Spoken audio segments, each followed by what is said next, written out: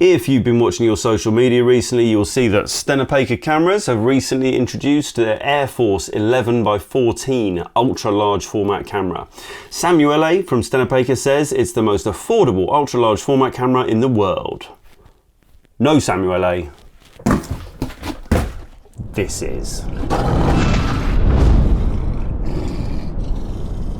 Here is what my brain has been doing for the last few weeks. You know that I've been experimenting with black and white paper reversal. I've been creating these wonderful little positive images coming straight out of the camera. Now that's great, and I've really been enjoying that, and these are pretty cool, but they're a bit small. So since starting experimenting with these, I have, for the first time in my photographic life, been yearning for a bigger camera. I've been wishing that I had an 8x10 camera so that I could do this, but have pictures this big. So my brain started whirring on that one, and I started thinking, well, how can I can't afford an 8x10 camera right now. Times are tight, cash is tight. So how can I get myself an 8x10 camera and start creating 8x10 black and white paper reversal images? So I started thinking, can I build one? I've got a few lenses that I think will probably cover 8x10. Can I 3D print an 8x10 camera? And I started looking into that. The 3D printing's not too much of a problem, but then you get into, how you might focus it, making your own bellows. Bellows themselves can cost you 200 quid upwards. So I started thinking about how can I do it cheaper? And then I came upon the idea of maybe making a pinhole camera. And I thought about creating a box out of wood. And then I thought, why do I need a box made out of wood? I could just use a cardboard box. So I started looking for a box, and I kept finding boxes that were too big. And then my brain thought, why does that matter? If you're gonna make a cardboard box with a pinhole, why stop at 8x10? Why not go as big as you can? So then I started looking for what size paper you can get, and you can buy paper up to like 20x24, probably bigger, and it's not crazy expensive. The most easily available large paper I could find was Ilford MGRC 12x16, which is pretty big, 12 inches by 16 inches. That's a pretty big piece of paper. I think that should satisfy my desire for bigger pictures. So that's what we're doing today. We're going to make a 12x16 camera out of a cardboard box. First things first, I need to visit the amazing Mr. Pinhole website, mrpinhole.com, which has a fantastic calculator to work out the ideal dimensions of your pinhole camera. So my box is approximately 300 mils wide long. It gives me an optimal diameter. I now need to work out if the image circle is going to be big enough. Quick Pythagoras' theorem, and that gives me 507 mil as the corner to corner diagonal of a 12x16 paper. So we'll give it a bit more in here. We'll give it 530. Coverage is fine. Angle of view is going to be about 80 to 90 degrees. Next up, I'm going to paint the inside of the box black to reduce any reflections or unwanted light bouncing around in here, to try and get the cleanest image I can out of this. Cardboard box is done. Before I put that back together, I need to figure out this pinhole.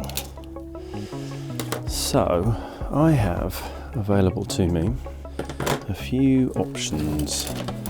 So we have a 0.5 mil brass, 0.3 mil, and this one I believe is 0.1 mil, basically foil. But I worry about this because it is so thin. Let's go with the 0.3 mil. Also have some 0.6 mil drill bits for like a Dremel type thing. So I'm going to use the same system that I used when I built the pinhole for the large format, which is you can use a lens board. I'm going to put the pinhole over here, and then this is a steel plate with lots of padding on it, and then two magnets put on there, and that will just clip on there, and then that will obviously be glued to the cardboard box. So that's going to go on there like that.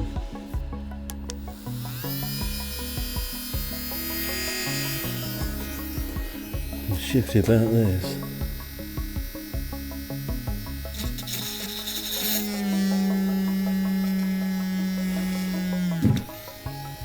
That, in theory, is a 0.6 mil hole.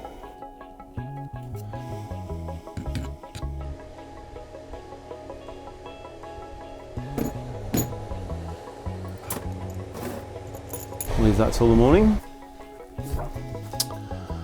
Right then, the front and the back are the two wide bits, so this bit and this bit.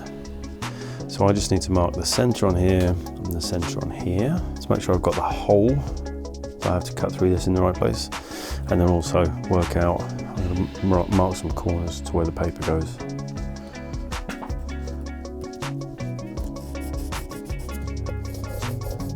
So that's interesting, so I'm not going to get a full 12 inches of height unfortunately, but that's okay, it should be quite an interesting frame.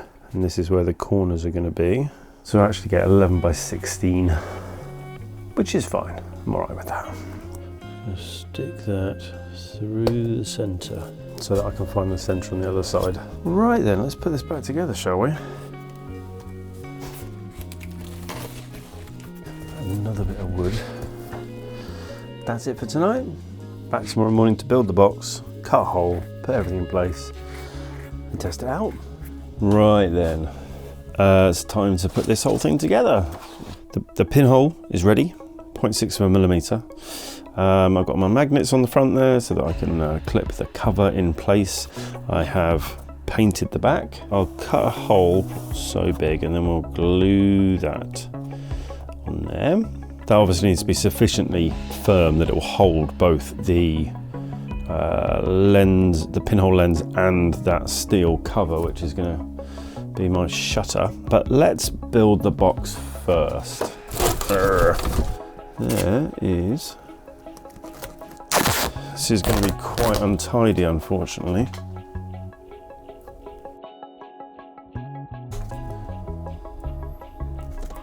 Okay. See how we're getting on. Whoa. Oh, there's quite a lot of light coming through.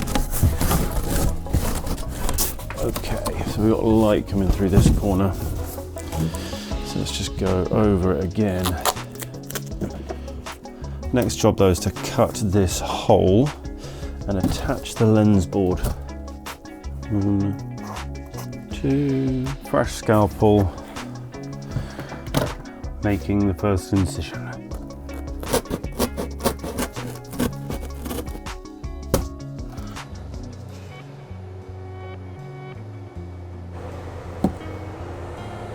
So we're getting close to this being ready for a test, which is pretty exciting. I'll just test it in the backyard for now.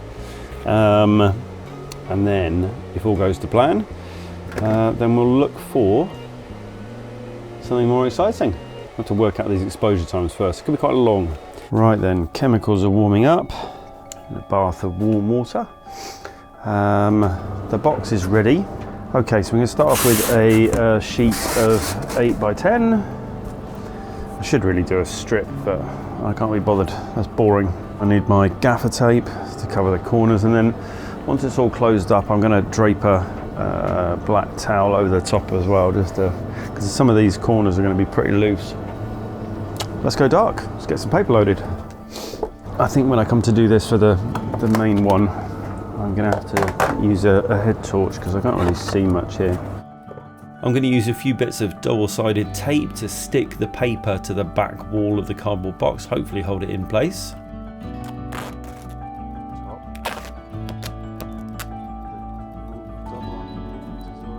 I need to try and make sure I'm not jiggling this around too much, because the last thing in the world I want is to dislodge the paper that's inside. Okay, and finally, black towel over the top. Everything's secure, paper is secure, and touch the other paper. Let's put the lights on.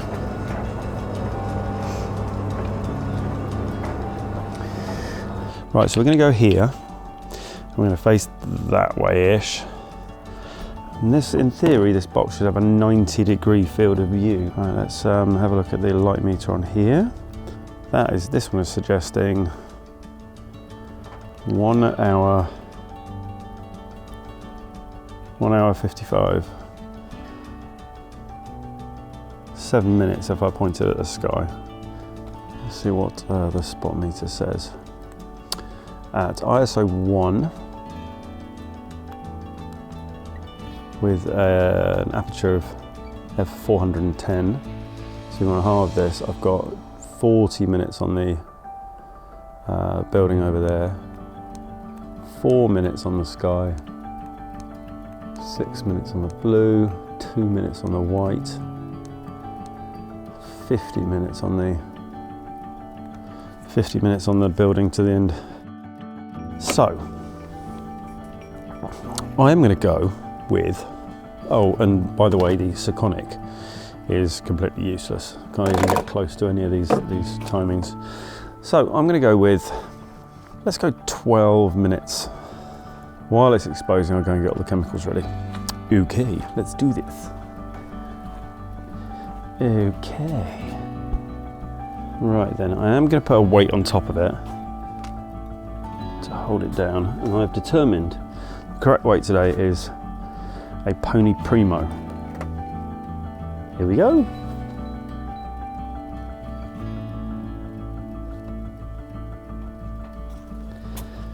Start. It looks like a rabbit hutch. A 90-degree field of view, so we're about like, whoops, I just bumped it, for fuck's sake, just step away. All right, I'm gonna go and get chemicals ready. Right, 15 seconds to go. I'll wait for that timer to go off, and then we'll put the lens cap back on. There we go. So, lens cap back on. I've decided that after each exposure I'm going to cut the tape on top of the box to get the paper out. I'm pretty sure that ripping the tape off will destroy the box pretty quickly, and cutting the tape means that the old tape from the previous exposure is still there to help with the light proofing when I load the next sheet. Alright, the paper is still in place. Oh, it's actually come loose, so we've got a bit of bending. Alright, into the developer, which is now very cold. We got a picture. How about that? Pretty impressed with that, really, for a first one out. Contrast looks pretty punchy as usual, but we'll cross that bridge. Of course, it's been a whole week since I last did any black and white paper reversal, so I've forgotten how dark this first development needs to look to get a good exposure. So this is actually going to be underexposed, but it's the first run for this, so it's a good starting point.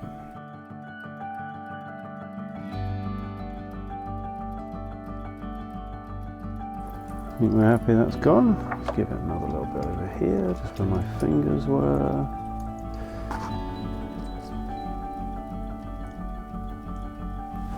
Put you down for a minute because, oh Christ, I'm getting lots of stuff wet here. Into the dev. And remember, we're going to develop to completion on this step.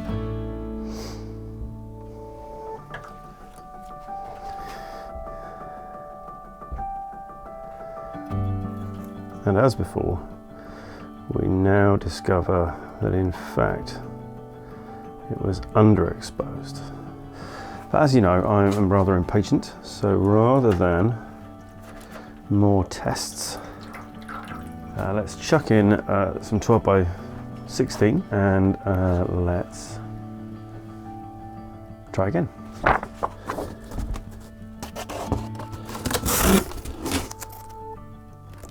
Right, weather's totally changed. I think the sun's out now, but it needed quite a bit more exposure. So let's talk about 15 minutes, I think. Off comes the lens cap. 15 minutes. I'm gonna go and do something else. See you in a bit. And there is the timer. So let's pop the lens cap back on.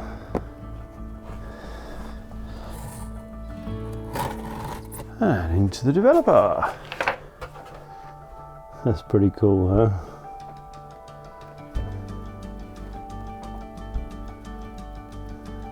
It's huge. See these? And here, that is the flaps of the box at the top. I think this is underexposed again. I think this is going to be dark. Now, I don't have a sink in my garage, and I don't have any more trays big enough to take a sheet this size, so rinsing is going to have to be done by a sort of dip and dunk, kind of rolling it around in the water. And after I've rinsed it, into the bleach. Equidistant. I'll try and move my fingers around. This is it, moment of truth. And it goes into the developer. Oh, it is. It's really dark. Right, and so that was underexposed again. But I think I know where we're going wrong. So I'm actually going to load up another piece of paper. And this time I'm going to travel a bit further afield. Let's take a photo of something pretty cool. It's pretty amazing. It will be amazing if I get it right. So I want to keep going this afternoon and get a good one. Let's load up another piece of paper.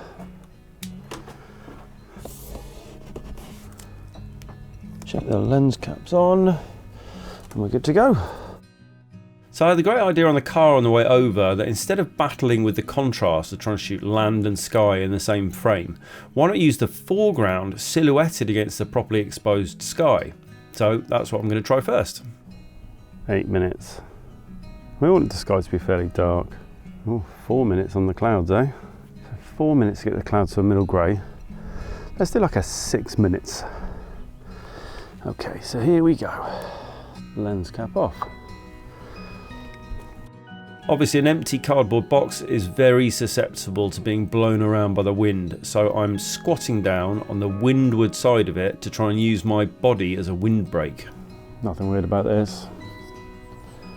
Just kneeling on a path in a graveyard next to a cardboard box. I've done weirder things. God knows what I'm going to get out of this. There's clouds. Look how far the clouds have moved.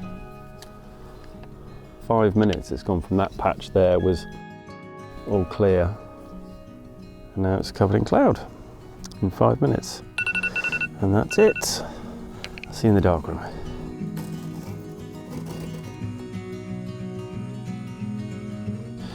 Trays are pretty cold now. Okay. Wow, we've got both ends. I mean, that's the top, that's the bottom. Yeah, I don't know if there's going to be anything in that sky. Got an image. In we go, into the developer. Might be something in the sky there, you know. And, I mean, the exposure might not have been that bad. Problem we had with that one, of course, like the sky could have been good. The exposure is a fraction long, but the major problem was that all the clouds move so much, and so there's nothing specific, you know. Oh, let's go do another one. Right then, we're back again. I'm doing another quick walk around to see what my best bet is. Something like that. It's dark though. Let's have a look. I reckon it's half an hour on the church there. What do they reckon over there? 20 minutes. 30 minutes. I mean, the light's going to be probably gone in 30 minutes, I would have said. What to do? Damn it, I might have run out of options for this evening. Put it on the steps here. Look back that way. Wind's coming from that direction, so put on this step here. Let's do that. I'm going to get this started as quick as possible. Get it tucked in here. Let's give it 25 minutes. And go. It's a laborious process for sure. Hopefully we'll get this one right. The sun's gone behind a cloud. It's the problem with these long exposures is the light changes. 20 minutes to go. Right then, heading home. It's basically dark. I didn't film the very end of that as I closed it off because there was a lovely lady had come along and started chatting to me about photography and Laycock Abbey and Henry Fox Talbot. So go home and develop this and see whether that was the one. So I extended the time in the end. So I probably ran that for about half an hour, 35 minutes I would guess. So we shall see. Right then, let's get this developed. Not for the first time, I will be genuinely disappointed. if this doesn't come out right. Please, please, God. Into the developer, which is now very cold.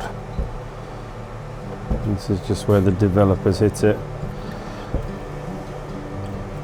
Needs to be darker. I mean, we'll give it a lot more time in here, but come on, give me more. This area is not dark enough to give me a good reversal. I know that.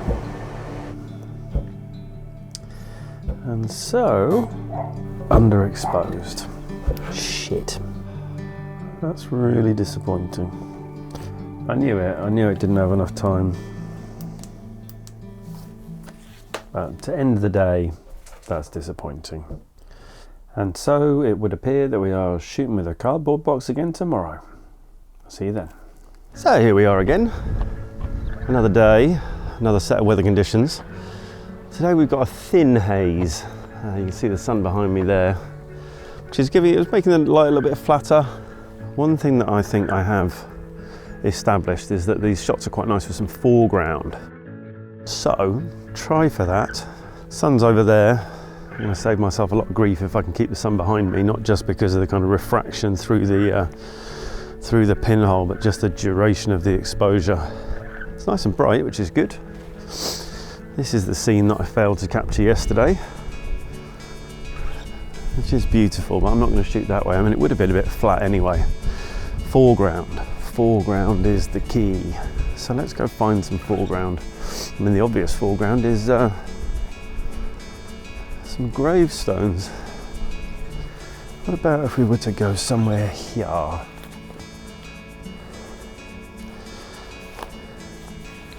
This might be nice. Okay, here we are. Relatively secure. So we'll try and get this light metering right today. We've got 13 minutes on the church. 6 minutes over there, 8 minutes down here, 8 minutes again. Fucking sun's coming in and out, this is nuts. 10 minutes. All right, let's give it 12 minutes, let's give it 13, 12. Okay, and start that, lens cap off, and we're underway. Oh look, a bench. Right then, timer went off, lens cap's back on. Same as last night, I didn't actually film the end of the thing because a lovely gentleman came by and started asking questions about photography and stuff, so it's quite nice. You just, I was standing next to my camera and people start talking to me. But we've timed it just right. That was 12 minutes, just probably 12:15, 12:20, something like that. So let's take it back, develop it, see if we got it right this time. Fingers crossed. Right then, we're in the dark room. We are ready to go. Put the heater on. Try and warm this place up a little bit. The chemicals are really cold, so I think it's going to take ages.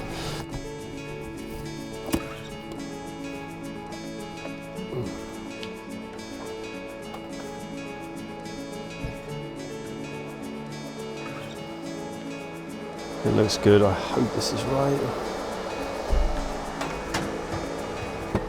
Just give it the full distance in the developer. This could be good though. Of course, we want it to be really dark at this stage. I would say this is looking really quite promising. Have a look. It's very dark, which is what we want. Into the wash. Try and keep everything moving. Into the developer. Oh, hold your breath. Keep all your fingers crossed. Okay.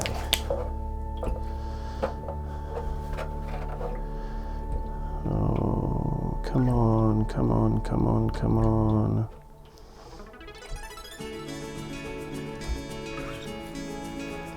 I think we might have done it. Let's get all those blacks full.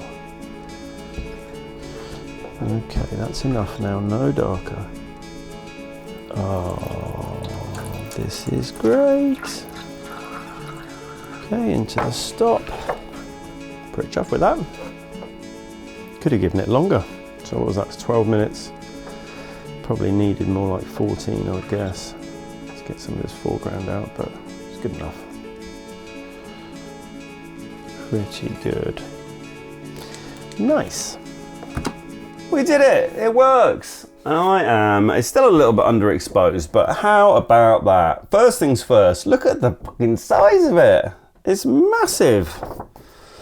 It is a pinhole shot, so you know, it's not immaculately sharp, but I mean, it's pretty sharp. Just look. Even some of the other ones aren't that bad. They've got a bit of something about them. This one's quite nice. I do like the sky, although obviously a shorter exposure would have given me a bit more definition in the clouds, but you know, pretty cool. This one, I mean, again, the sky's pretty cool in this one. It didn't work anything like how I'd planned it to work, but the sky's pretty cool. It's pretty, you know, something to be said for it. So yeah, all in all though, a very rewarding experience. Look at that, how cool is that? But as you all know, I'm much more of a portrait shooter. I much prefer taking photos of people, and this system is just never going to be any good for that, because the best exposure times that I got out of the whole thing were about 8 or 9 minutes. The low ISO of the paper at about 1.9, as we talked about before, combined with an f-stop of f404, does not make for quick exposures. So unfortunately, even the very best people, you know, with a chin on a box or something, or head against a posing stand or whatever it is, are not going to be able to sit perfectly still for 8 minutes, nor would I ask them to. I don't think that would be very kind. So here's the next plan. We're going to build what I'm going to call a portrait box. I have got a number of lenses with pretty good coverage. This is one that I picked up the other day. This is an Emil Busch Portrait A-Planat number 4, big heavy thing, big coverage. Not 100% sure exactly what the coverage is, haven't really tested it yet. I spent most of yesterday scrubbing it with a toothbrush because it was literally thick with grime. So that's actually ready to go. So I'll have some fun testing what that can cover, but the plan is to build a box out of wood this time with a lens bolted to the front. It will be a fixed focal length box. So there'll be no bellows, there'll be no moving the lens backwards and forwards to achieve different focus. It'll be specifically for portraits. I'll bolt the lens to the front of this wooden box, and we'll then have to have the subject, whoever I'm taking photos of, will have to be at a very specific fixed distance to the front of the lens.